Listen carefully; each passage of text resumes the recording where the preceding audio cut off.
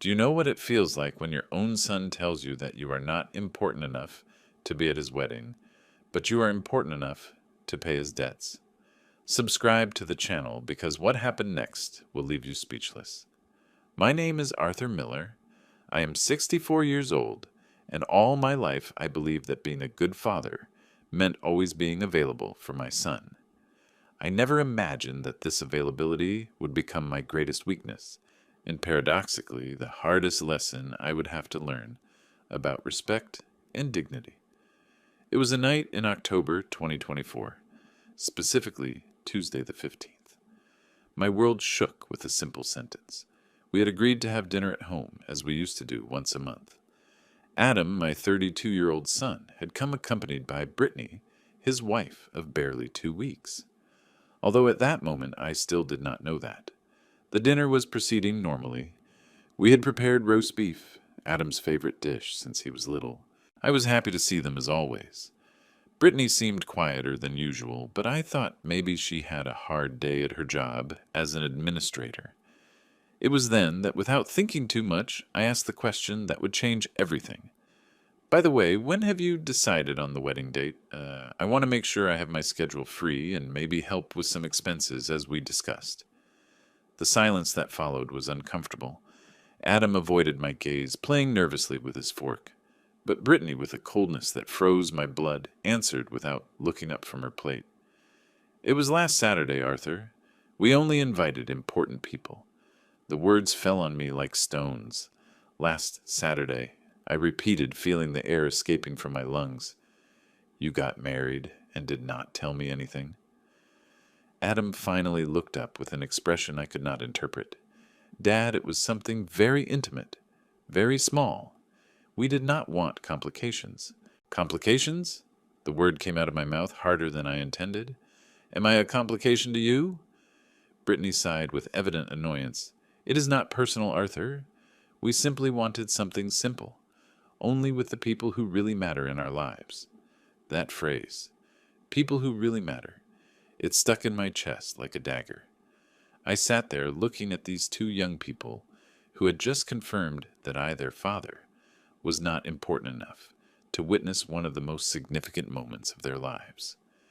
The rest of the dinner passed in a haze. They talked about trivialities while I tried to process what I had just heard.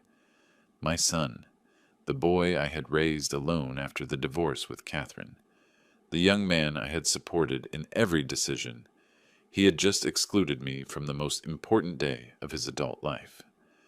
When they left that night with kisses on the cheeks and a "see you soon, Dad" from Adam, I stayed alone in my kitchen surrounded by dirty dishes from a dinner that had started with joy and ended with a wound that I still did not know how deep it was. I could not sleep. I tossed and turned in bed, remembering every word, every gesture, every moment of that conversation. We only invited important people. The phrase echoed over and over in my head. Since when had I stopped being important to my own son? And then the memories began to arrive like pieces of a puzzle that I had never wanted to put together. Those puzzle pieces began to fit during the following days. But it was Friday morning when I received the most painful confirmation of all. I was watering the plants on the balcony when I heard the voice of my neighbor Steve from the apartment below. Arthur, come down a moment. I have to show you something. Steve is a man of my age, retired like me, with whom I maintain a cordial friendship for years. We have coffee together on Sundays and share neighborhood news. When I went down to his apartment, I found a radiant smile on his face. Look what beautiful photos, he exclaimed, showing me his tablet. My niece Amber was at your son's wedding last Saturday. What an elegant ceremony. She sent me all the photos because she knows I know you. The world stopped around me. There on the screen of that tablet was the visual confirmation of my exclusion. Photo after photo of a celebration that had cost a fortune. The garden of the Grand Plaza Hotel downtown, decorated with white and gold flowers. Tables elegantly set for what appeared to be about 80 people. Nothing about an intimate ceremony, as they had told me. But what really destroyed me was one photo in particular. Catherine, my ex-wife, elegantly dressed in navy blue, smiling next to the bride and groom. She was there. The divorced mother had been invited, but the father had not. "It is curious," I murmured, trying to maintain composure. I could not attend due to a prior commitment. Steve frowned, clearly confused. A prior commitment? But Amber told me it was organized well in advance. She even mentioned that your ex-wife gave a very emotional speech about family. I felt nauseous. Catherine had given a speech about family, at a wedding to which I, the groom's father, had not been invited. "Can you send me some photos?" I asked, hating myself for the weakness in my voice. "Of course. I will send them to you right now." I went up to my apartment with shaking legs. In the solitude of my living room, I reviewed every image that Steve had sent me. It was not just a wedding. It was a production. Brittany's bouquet must have cost more than $300. The banquet looked like 5 courses. There was even a live band. And then I remembered something that made me feel even worse. 3 years ago, for Adam's 30th birthday, I had not received an invitation either. That day I stayed at home, thinking that maybe it had been an oversight, that they would call me. They never did. The next day, when I asked him how the celebration had gone, Adam told me it had been something very quiet. Just with Brittany. Lie. On that occasion, it had also been a big party, as I learned later by chance. The pattern was clear. I was systematically excluded from the happy moments of my son's life, but always present when they needed something. And boy, did they need things. I opened my account book, the one I kept meticulously since I retired from my job in real estate. The numbers did not lie. In the last 4 years, I had lent money to Adam and Brittany on 17 different occasions. March 2021. $3,000 for the down payment on the condo in the upscale district. We will pay you back in 6 months, Dad, when we get our bonus. July 2021. $8,000 for Brittany's luxury car. It is a necessary investment for her job, Dad. Clients judge by appearances. December 2021. $2,500 to furnish the living room. Just to spend Christmas with dignity. You know how important it is for Brittany. The list continued, page after page. They had never paid me back a single dollar. But I had not claimed it either. I believed that was my function as a father, to be there when they needed me. Total lent, $47,300, an amount that took me years to save with my pension and the rentals of my properties. But there was something more painful than the money, the way they treated me when they came to ask for it. Brittany always stayed in the car while Adam came up. She is embarrassed to ask. My son explained to me. Lie again. She was not embarrassed. She simply did not consider me worthy of her time, except when it was necessary. And I, like a fool, always said yes. That is what parents are for. I repeated to myself every time I signed a bank transfer. That night, after having dinner alone in front of the television, I made a decision. I was going to investigate more about that wedding. I needed to know exactly what had happened, who had been there, how much they had spent, and above all, why I had been excluded so deliberately. It was not just curiosity. It was the need to understand when exactly I had lost my son, and how I had allowed a daughter-in-law, who barely spoke to me, to have so much control over my paternal relationship. The answer would arrive very soon and would be much more devastating than I imagined. During the weekend, I decided to become a detective of my own humiliation. It was not a pleasant feeling, but I needed answers. Monday morning, I began my investigation by calling my sister-in-law, Martha, Catherine's sister, who had always maintained a cordial relationship with me, even after the divorce. "Martha, forgive me for bothering you," I started carefully, "but I found out you were at Adam's wedding. I would like to know how everything went." There was an uncomfortable pause on the other end of the line. "Arthur, I thought you were not there." "No, I could not attend." I lied, protecting myself from the embarrassment of admitting the truth. "Could you tell me a little about the ceremony?" Martha sighed deeply. "It was very beautiful, Arthur. Very elegant. They spent a lot of money. I assure you that. The welcome cocktail cost more than many complete weddings. Catherine commented to me that she wondered where they had gotten so much money to pay for all that. My suspicions were confirmed. Did Catherine mention anything else?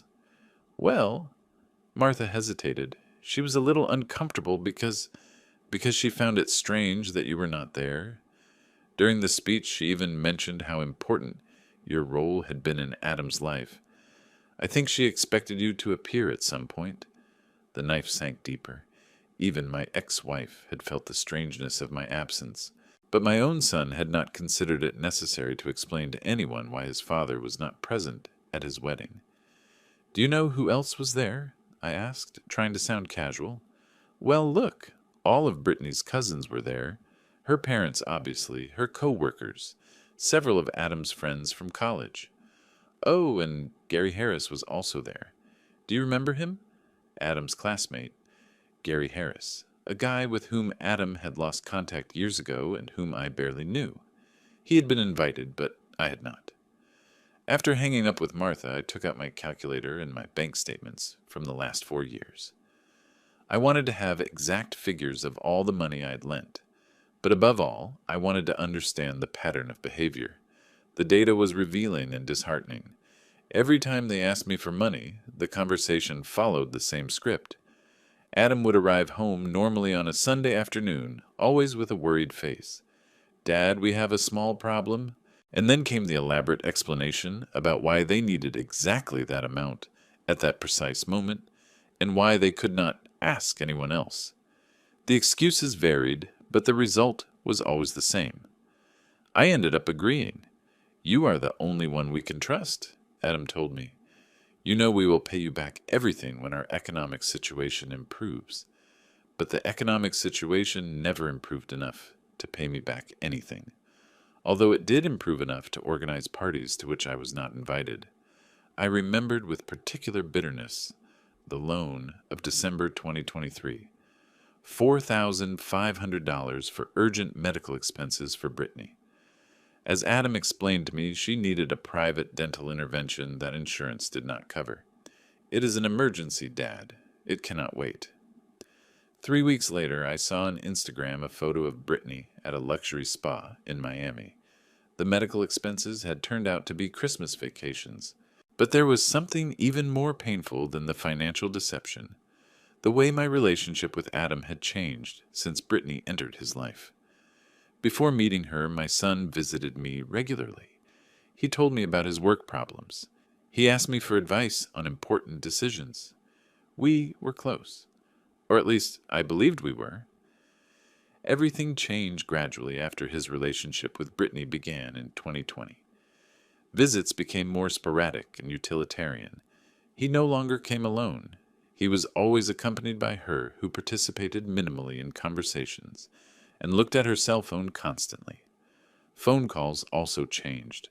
Before he called me to tell me how his day had gone, to ask my opinion on some matter, or simply to chat. After Brittany, the calls only arrived when they needed something: money, for me to keep packages for them, to lend them tools, to do some paperwork for them because you have more free time. But the most hurtful thing of all was remembering how this dynamic had started. In the beginning, when Adam introduced me to Brittany, I did everything possible to please her. I invited her to dinner several times. I gave her jewelry on her birthday. I even offered her help when she was looking for a job. I wanted her to feel welcome in the family. Her response was always cold courtesy. Never openly rude, but never warm either. She seemed to tolerate my presence rather than enjoy it. And little by little that tolerance had turned into something that dangerously approached contempt. Now I understood that the $47,300 had not bought her respect or her affection. They had bought her silence. As long as I remained financially useful, there was no need for open confrontation. But there was no need to include me in important moments either. I was effectively the family ATM, available 24 hours, always working. But no one considers inviting an ATM to a wedding. That night, while dining alone again, I made a decision that would mark the course of everything that would come after. I was going to stop being the family ATM.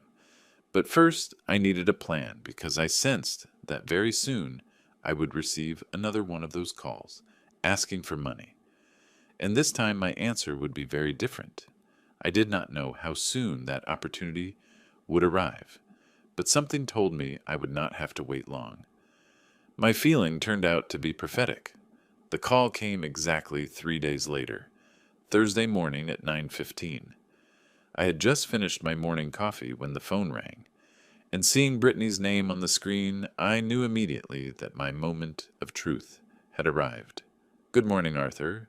Her voice had that forced, friendly tone she used when she needed something. "How are you?" "Fine, thanks." "And you guys?" "Very well, very well." There was an uncomfortable pause.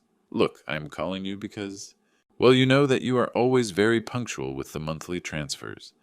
But this month, it seems there has been some problem with the bank or something." Monthly transfers. That was how she referred to the $1,200 that I sent religiously every month to cover part of their rent for the condo in the upscale district. An apartment that, by the way, cost $2,800 a month, and that they could never have afforded with their salaries. "Problem with the bank?" I repeated, playing confused. "Yes, it is just that we are already on the 19th and the money has not arrived. The landlord is starting to ask, and you know we do not want to have problems with him." Her voice was beginning to show signs of nervousness. "Normally you send it on the 10th of each month." It was true. During the last 2 years I had established that routine. On the 10th of each month I transferred $1,200 to Adam's account to help them with the rent. It was not official. There was no contract. There was no repayment date. I simply did it because I believed that was what loving parents did. "Oh, yes," I said with the most casual voice I could manage. "I did not warn you." "Warn? Warn about what?" The anxiety in her voice was palpable now. "That I am not going to make any more transfers?"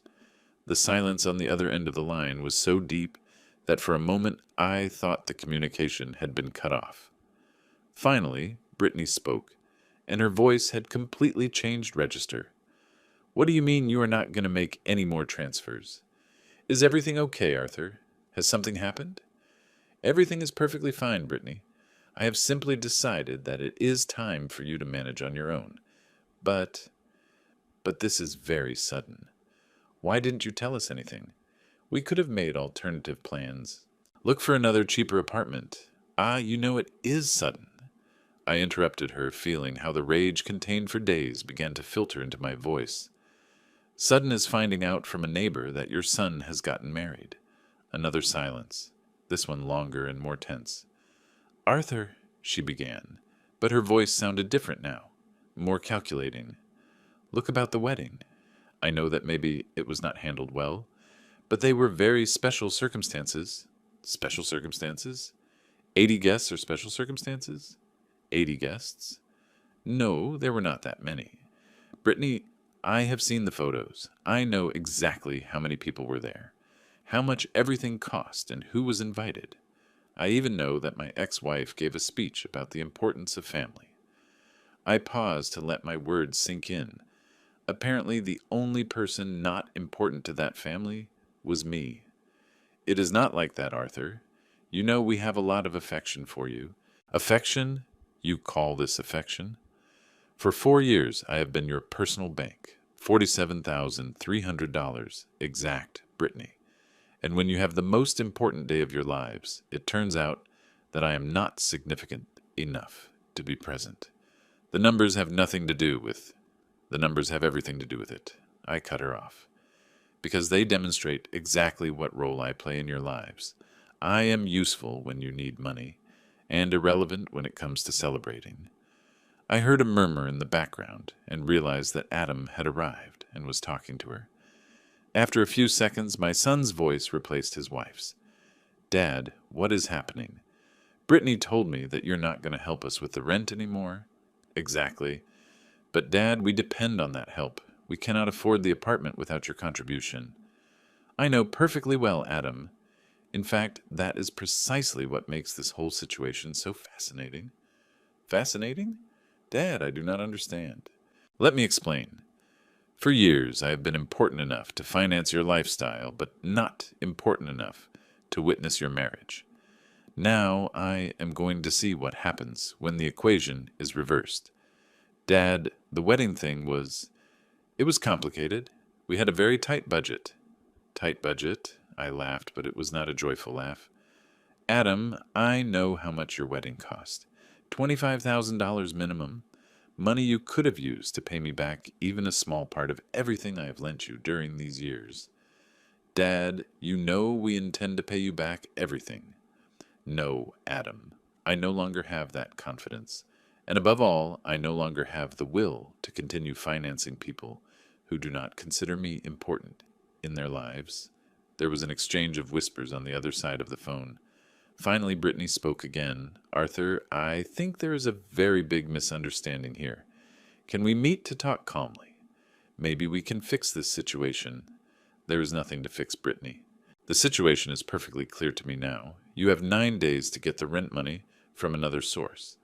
I suggest you start looking for alternatives. But Arthur, this is unfair. You cannot punish us like this.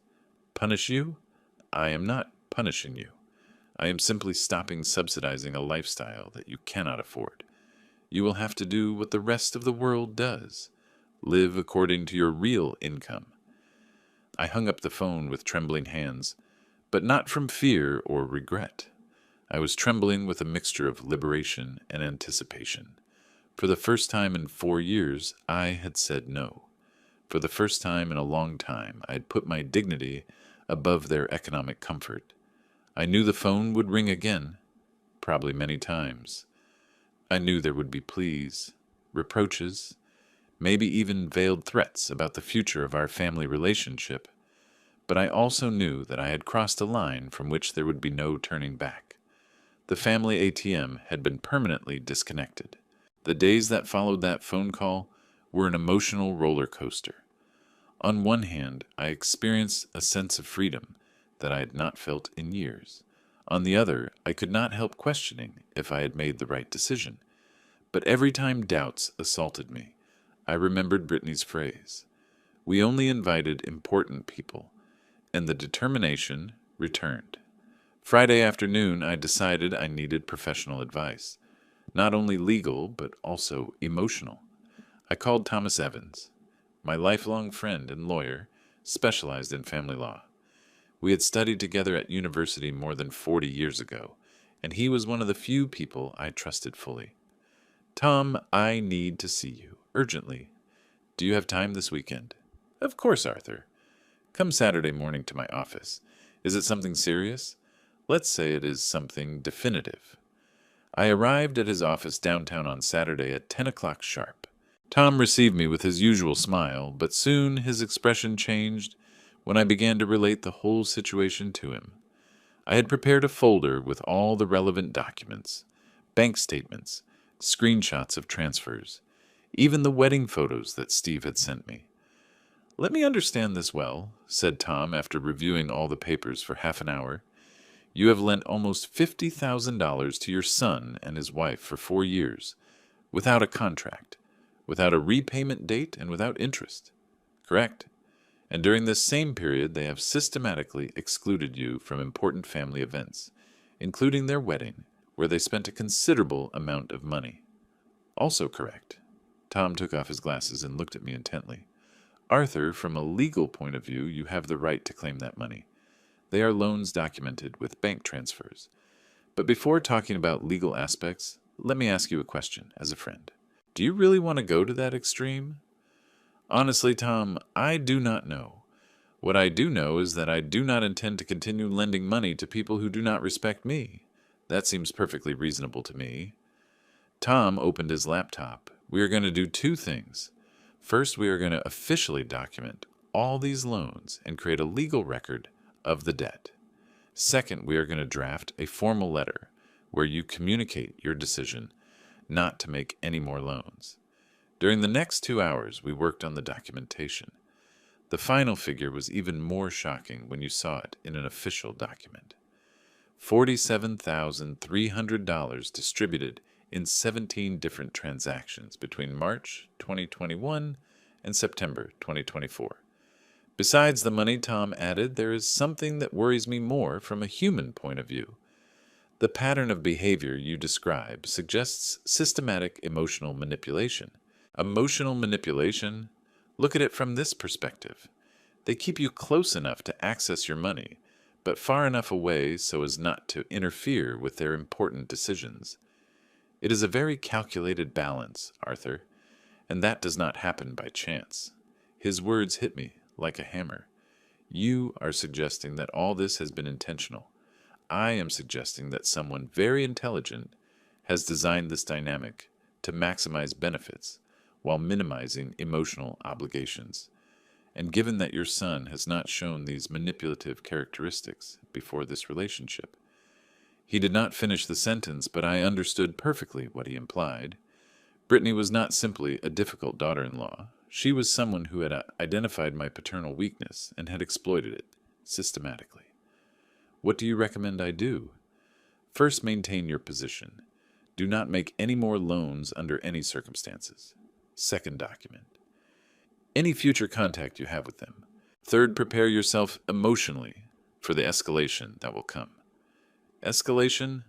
Arthur, you have taken away $1,200 guaranteed dollars monthly. That is $14,400 a year. They are not going to accept this loss without a fight.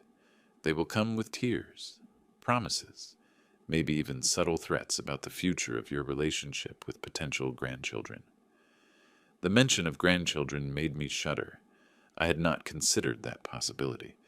But if you maintain your position, Tom continued, if you show them that your dignity is not for sale, there is a small chance that the relationship can be rebuilt on healthier foundations.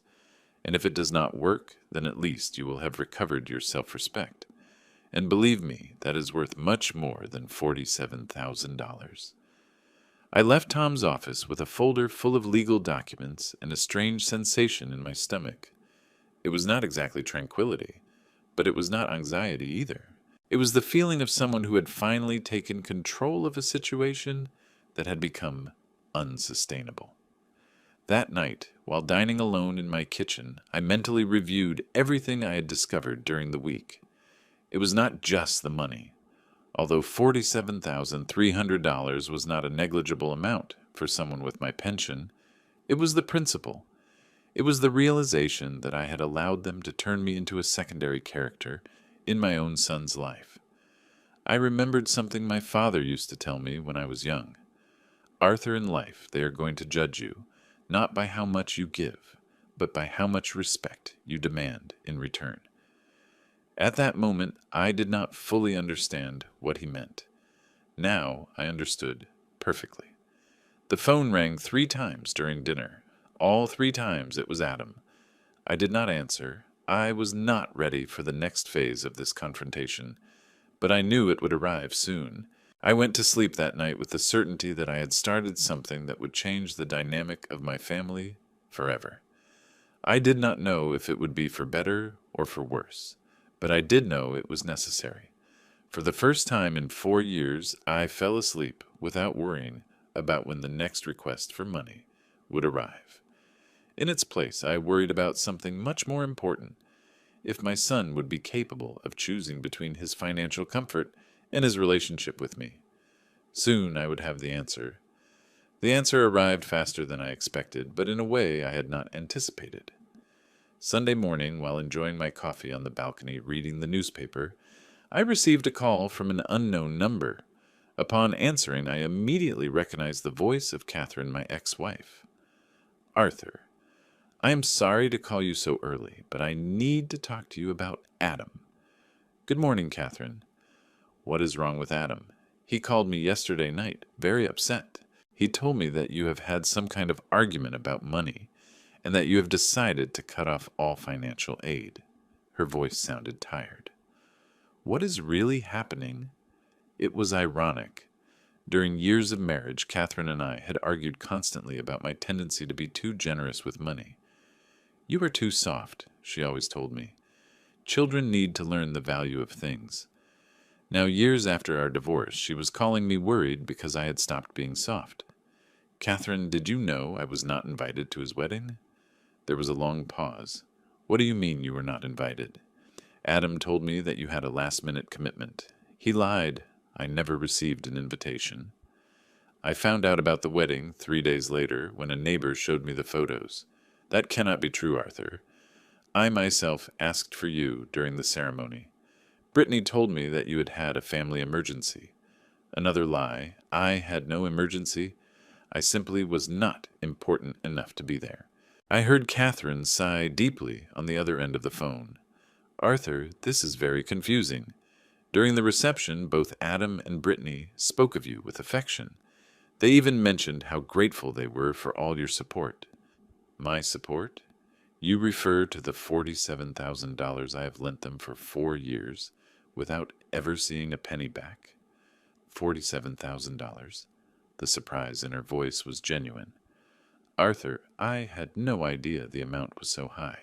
Of course you did not know, because for them informing you about the parties you attend is important, but informing you about the sources of funding is not. During the next 15 minutes, I told Catherine the whole story. The constant loans, the repeated exclusions, the pattern of manipulation that Tom had identified. As I spoke, I could hear how her indignation was growing. I cannot believe Adam has allowed this, she murmured finally. The boy we raised together was not like this. Exactly. The boy we raised was not like this, but the man he has become, or at least the man who allows his wife to dictate the family rules. Yes, he is like this.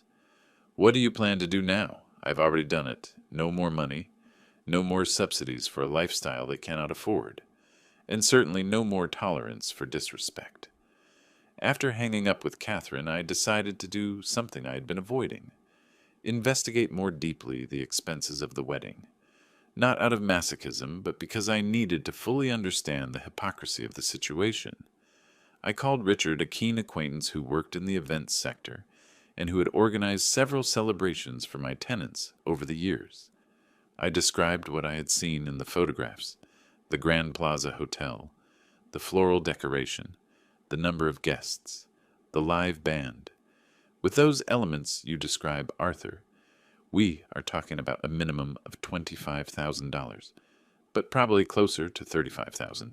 The Grand Plaza is not cheap, and if they had a live band and 5-course service, he whistled softly, it is a considerable figure. $35,000, almost 3/4 of all the money they had asked me to lend over 4 years spent in a single night, to which I was not invited. But there was something else that worried me. During the phone conversation on Thursday, Brittany had mentioned that they depended on my monthly transfer for the rent. If this was true, how had they gotten $35,000 for the wedding? The answer arrived that same afternoon when I decided to do something I had never done before. Spy discreetly on their social networks. I created a fake account on Instagram and searched for Brittany's profile. What I found left me frozen. Besides the wedding photos, there were posts from the last 6 months that told a very different story from the one they had sold me. Dinners in expensive restaurants, weekends in luxury hotels, shopping in designer stores. In a particularly revealing photo, barely 2 weeks before the wedding, Brittany boasted a Louis Vuitton bag whose price I knew perfectly, $2,800. But what really outraged me was finding a post from last August where Brittany had written, "How lucky we are to have family that supports us in everything. Without this help, we could never afford our lifestyle. Blessed family support." They had been boasting publicly about living a lifestyle subsidized by me while excluding me from the important moments of their lives. And worst of all, their friends and followers believed that this family help came from both families, not specifically from me. That night I called Tom again. "I've discovered something interesting," I told him, and I told him about the posts on social media and the evident expenses of the recent months. "Arthur, this confirms what I suspected. Not only have they been using your money irresponsibly, but they have been lying about their real financial situation. If they can afford $3,000 bags and dinners in luxury restaurants, then they did not really depend on your help to survive. Then what was it? It was easy money. Money that allowed them to live well above their real means without consequences. You were their luxury insurance, not their survival lifeline. The revelation was like a punch in the stomach. For 4 years, I had believed I was helping my son in difficult times, when in reality, I had been financing a capricious and irresponsible lifestyle. Do you know what is the saddest thing about all this? I told Tom. If they had been honest with me from the beginning, if they had told me, Dad, we want to live better than our salaries allow us, can you help us? I probably would have said yes. But the lie, the manipulation, the exclusion, that is unforgivable. And that is why you did well to cut them off. Now comes the hard part. Which one? Keeping your position when the more aggressive pressure tactics begin. Because after your ex-wife's call, you can be sure they are going to change strategy. He was not wrong. Monday morning, my phone began to ring insistently from 7:30. It was a coordinated campaign. First Adam, then Brittany, then both from different numbers. I did not answer any calls, but the voice notes they left me were revealing. The strategy had changed completely. There were no longer excuses or justifications. Now there were tears, pleas, and veiled threats about the future of our family relationship. But I was no longer the same man I had been a week before. The man who had tolerated years of disrespect in exchange for feeling needed had died Thursday morning during that phone call. The man who remained was very clear about what his next movement was going to be. Tuesday morning, I made the most radical decision of my entire adult life. I changed my phone number, but before doing so, I sent a last text message to both Adam and Brittany. I have decided to take some time to reflect on our family relationship. Do not contact me for the next 2 weeks. Then we will talk if there is anything to talk about. It was a drastic measure, but necessary. The 23 missed calls on Monday had shown me that they were not going to respect my space or my decision. I needed silence to execute the next phase of my plan. The first thing I did was visit my bank. For years, I had set up an automatic weekly transfer of $300 that I sent to Adam for small expenses. It was something so routine that I had almost forgotten it when calculating the total of my loans. I canceled that transfer immediately. I also had an additional credit card on my account that I had given to Adam for emergencies when he started working as an engineer.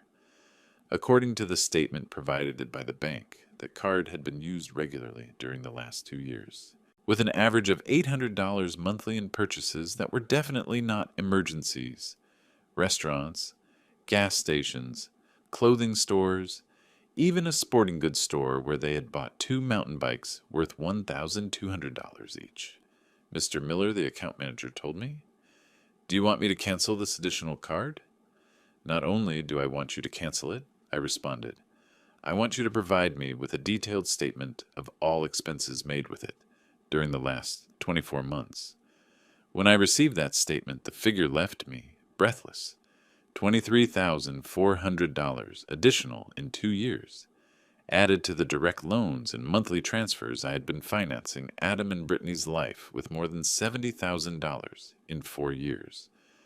But my transformation was not limited to financial aspects.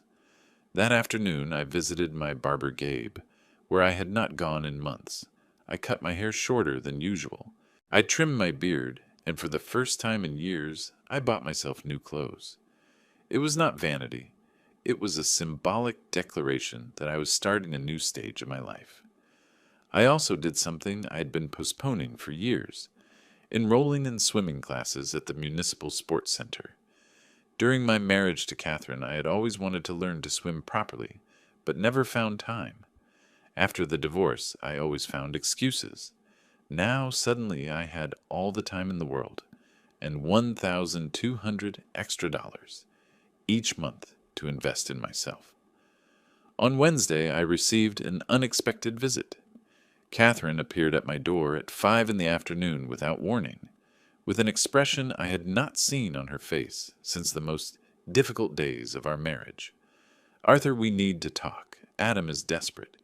come in, but I warn you that my position has not changed. We sat in the living room on the same sofas where we had had so many difficult conversations during our last years of marriage. It was strangely appropriate. He has told me the whole truth, Catherine began.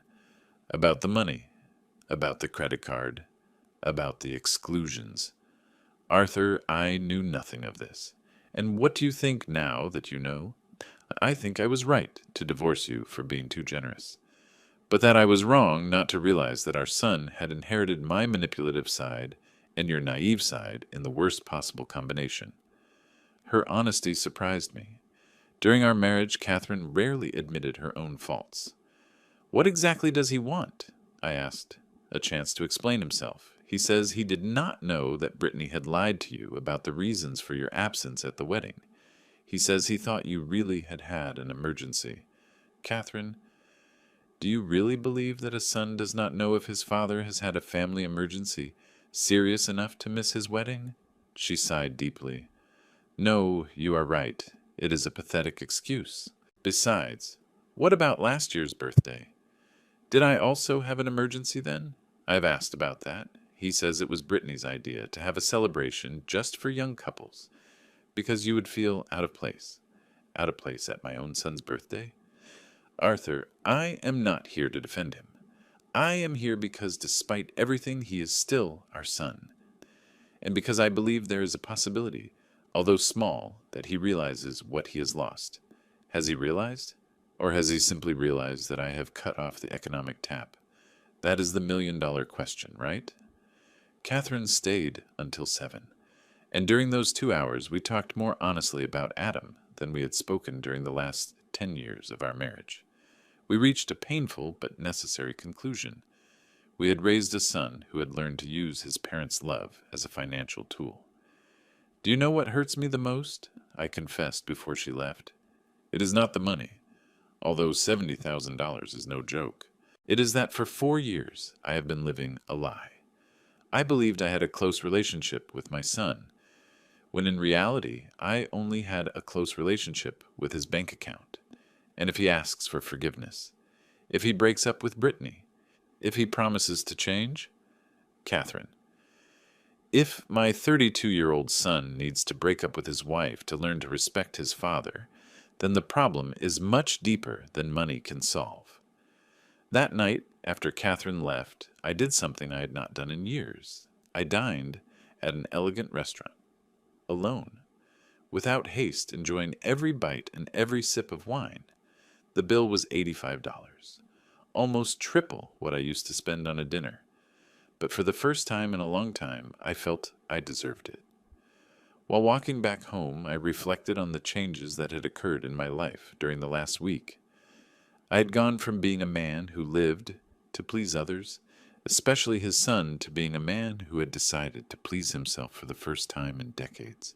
It was not selfishness, it was emotional survival. Upon arriving home, I found a note slipped under my door. It was from Adam, written by hand on the paper he used to use for his letters when he was little. Dad, I know you are angry, and you are right to be. Please give me a chance to explain everything. I will wait for you tomorrow at 6 at the Central Cafe on Main Street. If you do not come, I will understand that our relationship has ended forever. Your son who loves you, Adam. I read the note 3 times before putting it in a drawer. For the first time in my adult life, my son would have to wait for my answer without knowing what it would be. It was a strange feeling, but liberating. The power had changed hands, and I was in no hurry to return it. I decided not to go to the appointment at the Central Cafe, not out of revenge, but because I sensed that Adam had not yet understood the true magnitude of what he had lost. If he had really reflected and understood his mistakes, he would have to demonstrate more effort than a simple note under the door. Instead, I spent Thursday dedicating myself to activities I had not enjoyed for a long time. In the morning, I went swimming at the sports center, my second class. And in the afternoon, I visited the art museum, something I had been postponing for months. It was curious how regaining control of my money had also returned control of my time to me. Friday morning, while having breakfast quietly on my terrace, Steve, my neighbor, appeared with a worried expression. Arthur, forgive me for bothering you so early, but there is a young guy waiting in the lobby since 7 in the morning. He says he is your son and needs to talk to you urgently. I looked down from my balcony. Indeed, there was Adam sitting on the steps of the building with the same clothes from the day before and evident dark circles. He had spent the night awake, probably waiting for my appearance at the cafe that never came. I went down to meet him, not out of compassion, but because his presence in the lobby was beginning to attract the attention of other neighbors. "Good morning, Adam." He got up immediately with clumsy movements of someone who had slept badly, or not slept at all. "Dad, thanks for coming down. I thought you did not want to see me any more. It is not that I do not want to see you. It is that I am not going to continue tolerating the dynamic we have had until now." "I know. I know. That is why I need to explain some things to you. We can go up to your house. We can talk here in the community garden. It is more neutral." We sat on one of the benches in the small garden inside the building complex. Adam seemed nervous, uncomfortable, as if it were the first time he did not know how to handle a conversation with me. "Dad, I have been thinking a lot during these days, and I think I understand why you are so angry." "Oh, yes, explain it to me." "It is about the money, right? I know we have asked you for a lot during these years, and I understand you feel taken advantage of." His response confirmed to me that he still had not understood anything. He kept reducing the whole conflict to a merely economic issue. "Adam, do you think this is only about money? Well, isn't it? Tell me something. If I had lent you the same amount, but had been invited to your wedding and your birthday, do you think we would be having this conversation?" He remained silent for a long moment, as if it were the first time he considered that possibility. "No, I suppose not." "Exactly.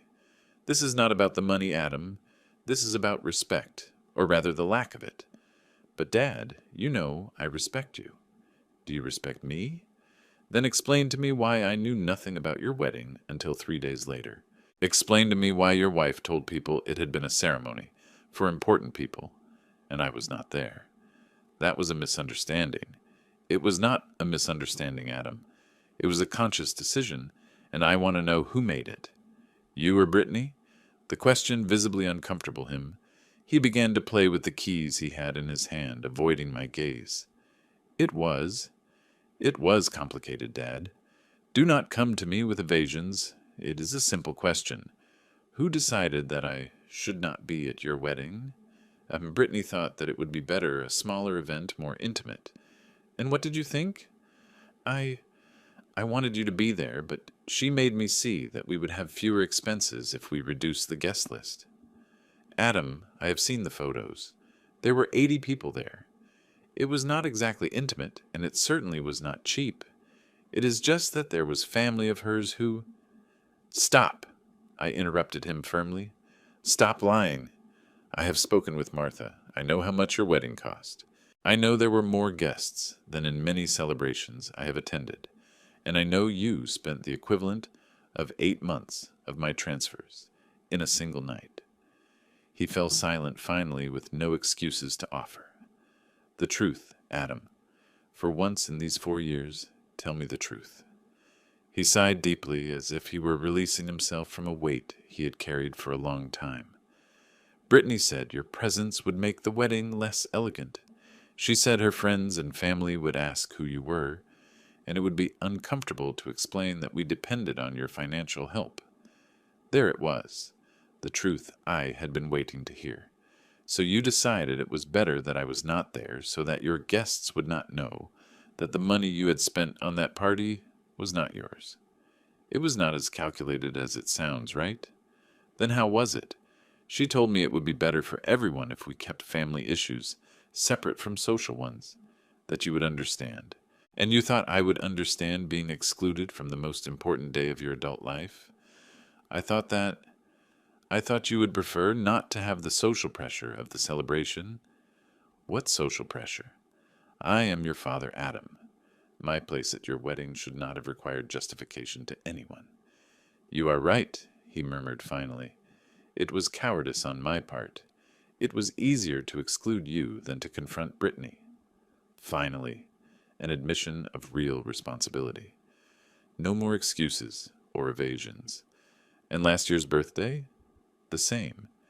She said it would be a party for young people, that you would feel out of place. And you believed her? I wanted to believe her because it was easier than arguing. We remained in silence for several minutes. Adam seemed to be processing the implications of his own words, while I decided if this confession changed anything fundamental.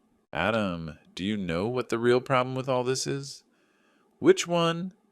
That for 4 years you have treated me like a silent investment partner in your lives, useful to finance your whims, but too uncomfortable to include in your important moments. It was not like that. Yes, it was like that.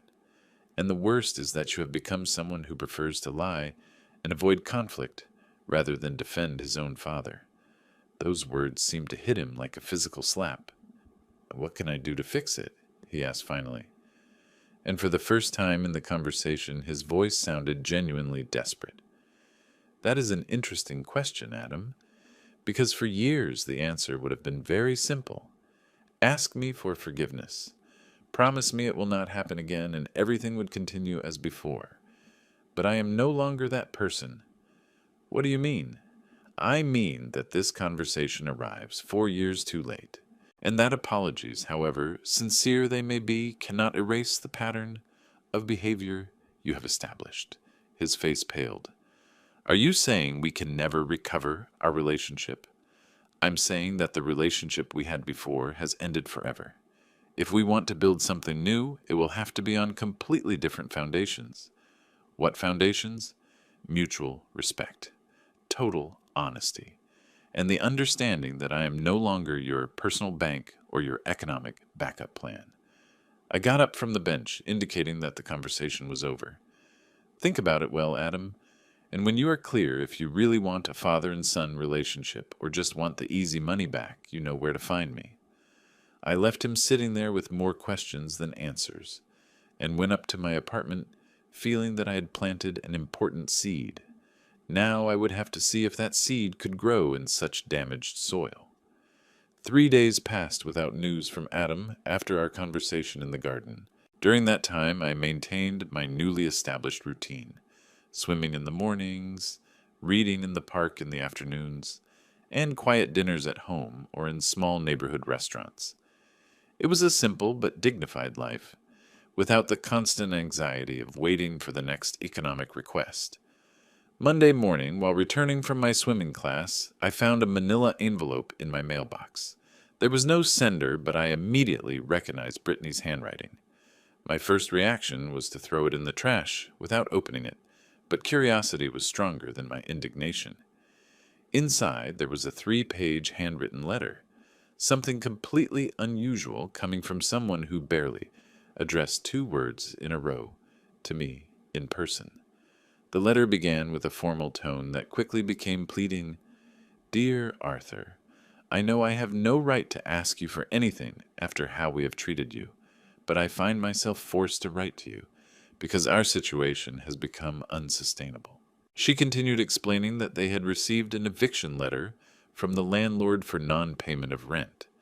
They had a week to regularize the 2 months they owed, or they would have to leave the apartment. Their families could not help them economically, and the banks had rejected their credit application due to their insufficient income in relation to the cost of living they led. I know I have made terrible mistakes with you, she wrote. I recognize that it was I who convinced Adam that we should not invite you to the wedding. I thought it would be uncomfortable for everyone, but now I understand it was unforgivable cruelty. The letter ended with a proposal that left me stupefied. I am willing to apologize to you publicly in front of whoever you want, if you help us one last time. After this, if you prefer, I can disappear from your lives so that Adam and you can rebuild your relationship. I read the letter twice before putting it in the drawer next to Adam's note. It was fascinating to observe how economic desperation had transformed a woman who considered me irrelevant into someone willing to humiliate herself publicly for money. That afternoon, I received a call on my new phone number. Only 3 people had it: Catherine, Tom, and my doctor's secretary. It was Catherine. Arthur. Adam has called me crying. He told me they are about to lose the apartment and that Brittany has written you a letter asking for forgiveness. Did he tell you he has read the letter? He says he knew nothing until she showed it to him after sending it. He is very upset because apparently Brittany had hidden the gravity of their economic situation from him. Oh, really? And what other things had she hidden? According to what he told me, she managed all the couple's finances. Adam did not even know how much they really spent on the wedding. He thought it had cost $15,000, not $35,000. This revelation did not surprise me. It was consistent with the pattern of manipulation Tom had identified. Brittany had controlled financial information to keep Adam in a comfortable bubble of ignorance. And now what does he want? For me to deal with them again? He wants to talk to you, the 3 of you together. He says he is willing to confront Brittany in front of you and set clear limits. Catherine, do you really think a 32-year-old man needs his father's presence to set limits with his wife? No, but I think he needs his father's presence to show that he has finally chosen a side. Her words made me reflect. Maybe Catherine was right. Maybe this economic crisis was exactly what Adam needed to face the reality of his marriage. All right, I decided finally. I accept meeting with them, but it will be on neutral ground and under my conditions. Which ones? Tomorrow afternoon at 5 in Tom's office. Let them come with all their financial documents, bank statements, rental contracts, wedding receipts, everything. And let Brittany bring a real apology, not crocodile tears. The next day I arrived at Tom's office 15 minutes before the agreed time. I wanted to review my notes and prepare myself mentally for what I knew would be a difficult but decisive conversation. Adam and Brittany arrived on time, she carrying a folder full of papers, and he with an expression that oscillated between hope and terror.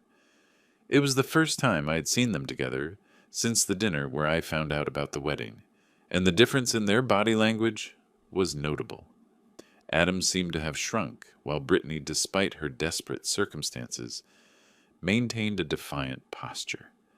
Thanks for agreeing to see us, Adam began before they could sit down completely.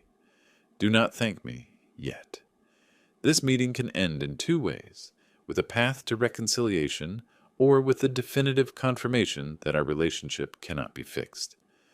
Tom, who had agreed to mediate the conversation, took the floor. Before starting, I want to establish the rules. This is not an economic negotiation. It is a conversation about family respect and consequences of past behaviors. Mrs. Brittany, I understand you wanted to apologize formally. Brittany cleared her throat and looked me directly in the eyes for the first time in 4 years. Arthur, I want to ask for your forgiveness for having excluded you from our wedding. It was a cruel and selfish decision I took because I was afraid your friends and family would judge our lifestyle. She paused as if struggling with the next words. I also want to ask for your forgiveness for manipulating Adam to maintain these exclusions and for taking advantage of your generosity during all these years. Manipulate how? I asked. I told him you preferred not to participate in social events because you would feel uncomfortable. I made him believe that you yourself preferred to stay on the sidelines of our celebrations. I looked at Adam, who had his head down, clearly ashamed. And you believe this? Dad, His voice broke slightly. I wanted to believe it because it was easier than facing the conflict. I know it sounds cowardly, but it is the truth. It sounds cowardly because it is cowardly, I responded without softening my words. But at least it is honest, Tom intervened. Mr. Adam, can you explain what discoveries you have made about family finances during the last week? Adam opened the folder he had brought and began to take out documents. I discovered that Brittany had been hiding many expenses from me. The wedding did not cost $15,000, as she told me, but $35,000. During the last 2 years, we have spent $23,000 additional with your credit card without me knowing the total. And we have been living with a monthly deficit of almost $2,000 that she covered by asking for more money, borrowed from different sources. Different sources? Her parents. My mother occasionally. Credit cards in my name that I did not know existed. The magnitude of financial irresponsibility was even worse than I had imagined. "And now what do you propose?" I asked them. Adam looked at me with pleading eyes. "We want to propose a real repayment plan, with specific dates, fixed amounts and guarantees." Guarantees? We are willing to move to a smaller apartment, to sell the car, to completely change our lifestyle. "We are?" I asked, looking specifically at Brittany. She nodded, but I could see in her eyes that every word cost her considerable effort. "And there is something else," Adam added. "If you decide to help us with the back rent to avoid eviction, I want you to know that it will be the last time we ask you for money, for emergencies that we have created. And what guarantee do I have of that? My word," he said simply. "Adam, your word has proven to be worth very little during the last 4 years. I know, but it is all I have to offer you now." I looked at this couple who had gone from arrogance to desperation in less than 2 weeks, and realized that the time had come to make a decision that would define not only our family future, but also the type of man I wanted to be in this new stage of my life. The ball was in my court, and for the first time in 4 years, I had all the power to decide how to play it. I leaned back in my chair and observed carefully these two people who had been so important in my life during the last years. The room in Tom's office was in complete silence, only interrupted by the ticking of the wall clock and the distant noise of the city traffic. Before making any decision, I began, finally. "I need to ask some questions, and I want completely honest answers. If I detect a single lie or evasion, I get up and leave forever." Both nodded nervously. "First question for you, Brittany. How many times have you spoken badly of me in front of Adam during these 4 years?" The question caught her off guard. Her cheeks blushed, and she looked at her hands before answering. "Many times," she admitted in a low voice, "especially when we came from visiting you after asking you for money. I criticized you for making us feel like beggars. Did I make you feel like beggars, or did it bother you to depend on someone you considered socially inferior?" The second she confessed after a long pause. "It bothered me that my friends knew we depended on your help. I wanted them to think that Adam earned enough to maintain our lifestyle. Did you ever try to convince Adam to cut off contact completely with me?" "Yes," she responded immediately, as if she had been waiting for this question. "Last year, after your birthday, I had given you money for your 63rd birthday, and I told him it was humiliating that an older man needed economic gifts from his son. I remained perplexed. Economic gifts? Adam, did you give me money for my birthday?" My son raised his head, confused. "No, Dad, I have never given you money." I do not understand what she's talking about. Brittany paled, realizing she had just revealed another lie. "Explain yourself," Brittany Tom demanded with a severe voice. I told Adam that you had asked us for money as a birthday gift, that you had complained that your pension was not enough, and that you expected us to help you economically." The revelation left me breathless. "You told him that I had asked for money borrowed for my birthday?" "Yes," she whispered, unable to look me in the eyes. "And why would you do something like that?" "Because I wanted Adam to see that you also had economic needs, that you were not the financially stable person he believed. I thought if he thought you also had money problems, he would stop idealizing you." Adam looked at her with an expression of growing horror. "Brittany, how many more things have you lied to me about my father?" "Many," she admitted, and for the first time since I knew her, I saw genuine tears in her eyes. "I told him you had commented that his advice was outdated, and that he did not understand the modern world. I told him you had complained that he did not visit you enough, but that in reality you preferred him not to go so often because it overwhelmed you. Every revelation was like receiving a stab. For years, Brittany had been systematically poisoning the perception Adam had of me, creating a distorted image that justified his contemptuous behavior." "Anything else?" I asked, although I was not sure I wanted to know the answer. I told him that you had commented that you were not sure if we really wanted your money or your company, and that you preferred us to be direct and ask you for economic help instead of pretending that we enjoyed family visits. That is completely false. I exploded, losing for the first time composure during this whole crisis. I have never said anything like that. I know, she sobbed. I invented it all because I wanted Adam to feel less guilt for asking you for money constantly. I looked at my son, who had his head between his hands, clearly overwhelmed by the magnitude of the manipulation to which he had been subjected. Adam, look at me, I ordered him. Did you really believe all those things about me? Dad, I did not know what to believe. Some things seemed strange to me, but Brittany was so convincing and always had specific details about conversations you supposedly had. What details? She told me you had mentioned feeling lonely, that your money was the only thing that made you feel useful, that you preferred to be asked for economic help directly instead of having to guess when we needed it. Every word was like discovering a new dimension of betrayal. Brittany had not only lied, she had constructed a complete and coherent narrative designed to manipulate Adam's emotions and justify his contemptuous behavior towards me. Tom, I said finally, could you give us a moment alone? I think I need to process all this. Of course. I will be in the office next door if you need me. When we were left alone, the silence was almost unbearable. Finally, Adam spoke. Dad, I do not know what to say. I do not know how to apologize for having believed all those lies. It is not just that you believed them. It is that you never bothered to contrast them with me. In 4 years, you never asked me directly if I had said any of those things. Because I was ashamed, he admitted.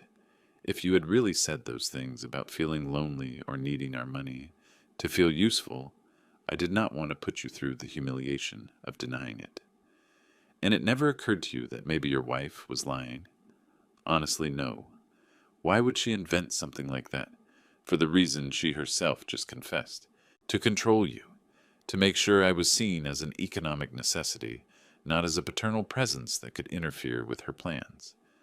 Brittany, who had remained silent during this exchange, finally spoke. Arthur, I know I have no right to ask you for anything, but is there any possibility that you can forgive me? Not for Adam, but because I genuinely regret what I have done. I looked at her carefully. Her tears seemed authentic. Her regret seemed real. But 4 years of systematic manipulation were not erased. With an apology, however sincere it was. Brittany, do you know what is the problem with people who lie compulsively? Which one? That even when they tell the truth, it is impossible to believe them. Right now, seeing your tears, hearing your apologies, I have no way of knowing if you really regret it, or if this is simply another performance designed to get what you need. I understand you, she murmured. No, I do not think you understand me, because if you really understood me, you would know that the damage you have done goes far beyond money or even social exclusions. You have destroyed the trust between a father and his son, and that is something that can take decades to repair, if it can be repaired. I got up from my chair and walked to the window, needing a moment to clarify my thoughts. I have a proposal, I said, finally turning around to look at them. I'm going to pay your rent debt to avoid eviction. $25,600 according to the documents you have brought. Their faces lit up with relief and hope, but I continued raising my hand to silence any premature thanks.